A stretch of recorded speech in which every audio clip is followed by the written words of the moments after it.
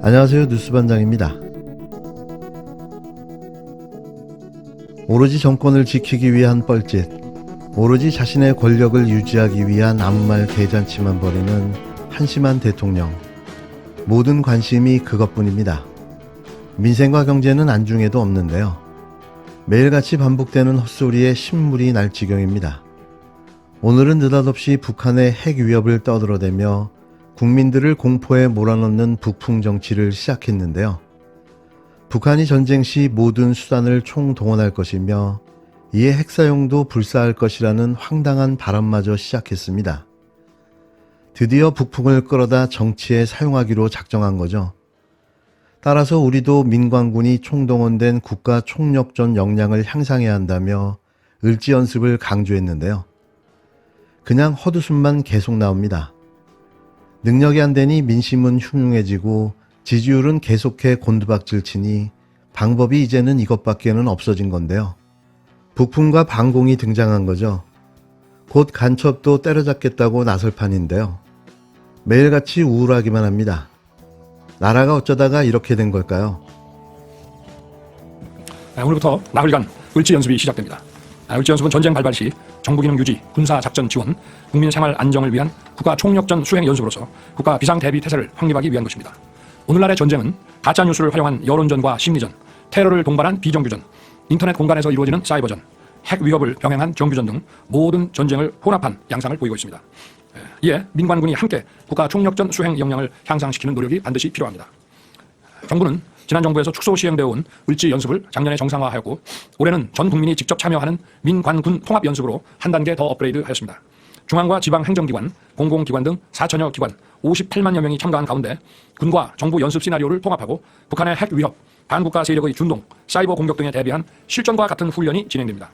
특히 다음의 세 가지 상황을 중심으로 연습이 철저히 이루어지도록 당부드립니다. 먼저 북한은 개전 초부터 위장평화 공세와 가짜뉴스 유포, 반국가 세력들을 활용한 선전 선동으로 극심한 사회 혼란과 분열을 야기할 것입니다.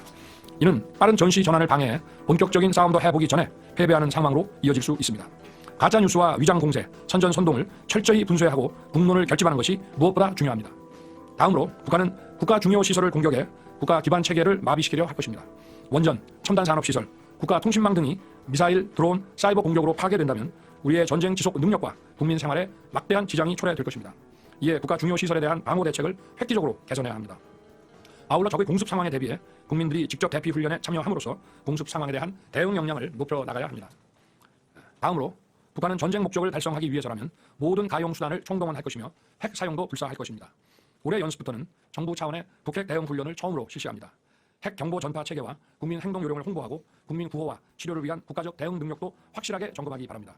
올해는 6년 만에 전 국민이 참여하는 공습 대비 민방위 훈련이 함께 시행됩니다.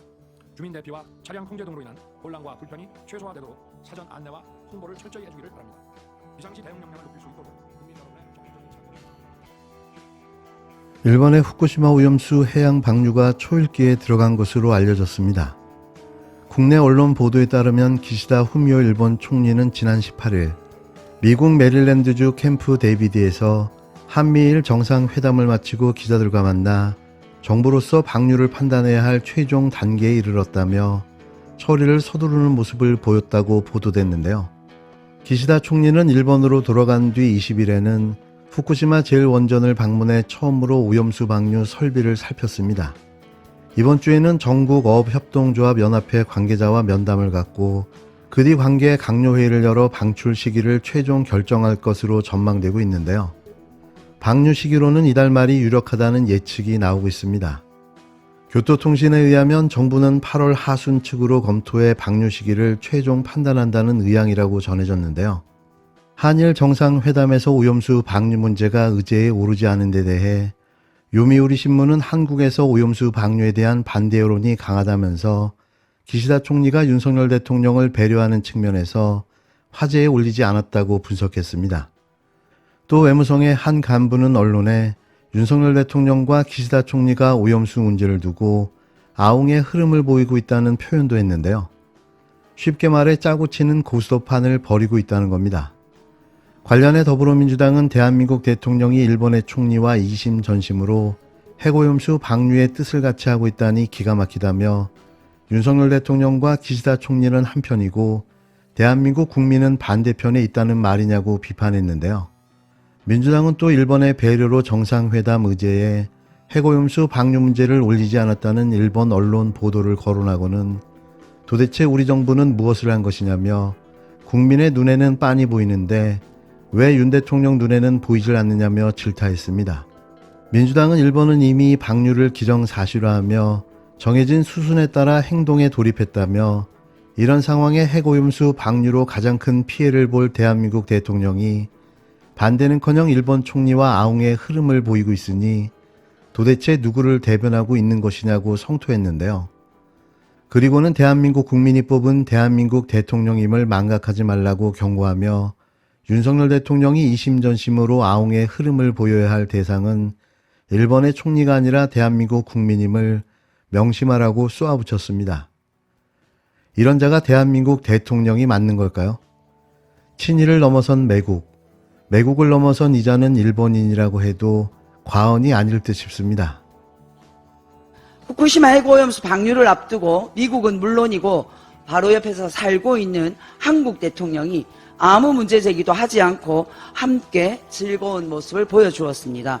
바로 옆나라 한국 대통령이 No problem, very happy 라고 하니 일본 총리 입장에서 전 세계 사람들에게 선전할 수 있고 얼마나 다행이고 행복했겠습니까? 한국 대통령이 일본 총리 대변인처럼 행동하는데 미국은 동해를 일본해라 말하는 것이 아무 부담이 없었을 것입니다. 그러므로 이번 한미일 정상회담은 미국 큰형님 집에서 열린 삼국 서열 확인 의형제 결연식 같았습니다. 국제적으로 통용되는 바다의 명칭은 하나의 나라 이름이 아니라 지리적 위치나 특징을 반영하는 것이 원칙이고 더구나 일본해라는 명칭은 일본의 식민지 시대 지배 시기에 강제로 사용되기 시작한 것인데도 불구하고 미국이 일본해라고 선언한 것입니다. 정의와 인류 평화를 무시한 채로 일본과 한국의 서열을 정리해 준 것처럼 보였습니다. 굴욕적이었습니다. 일본의 조선 침략에 면죄부가 되고 독도를 자기들 땅이라고 주장하는 뻔뻔한 일본 군국주의 사고방식에 힘이 실릴까 크게 우려됩니다. 한국은 실리적으로 많은 것을 잃었습니다. 동해가 일본해가 되어 국격은 추락했고 강대국인 중국 러시아와 대립구도가 격화되고 경제적 손실이 크게 우려됩니다. 윤석열 대통령의 가치외교라는 구호를 실천하기 위해서 한국은 너무 많은 것을 잃어버리고 있습니다. 윤석열 대통령님, 일본 제국주의 침략과 일본 군국주의 정책을 용인하는 것이 자유민주주의가 아닙니다.